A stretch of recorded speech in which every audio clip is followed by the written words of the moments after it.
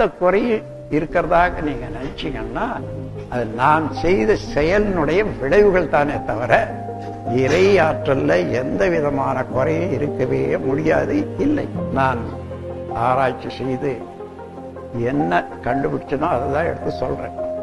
ஆனா நான் எப்படி சொல்றேன்றதுக்கு நானே ஒரு முறையை வகுத்திருக்கேன்.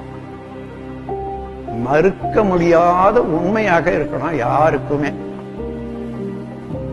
அதே நேரத்தில் எல்லாருக்கும் கேட்டுக்கொள்ளுவேன், மறுக்க முடியாத உண்மைதானே, மறக்காதையும் இருக்கு. மறுக்க முடியாது, மறக்க கூடாது. அதுதான் உண்மை. இந்த உண்மையிலேயே நம்ம வாழ வேணும். அந்த வாழ்க்கையில எல்லா நிறைவும் இருக்கும். எத்தனையோ கவலைப்படுறோமே, சரியா கவனிச்சு பாருங்க, ஒரு நிமிஷத்துல எல்லா கவலையும் உண்டு.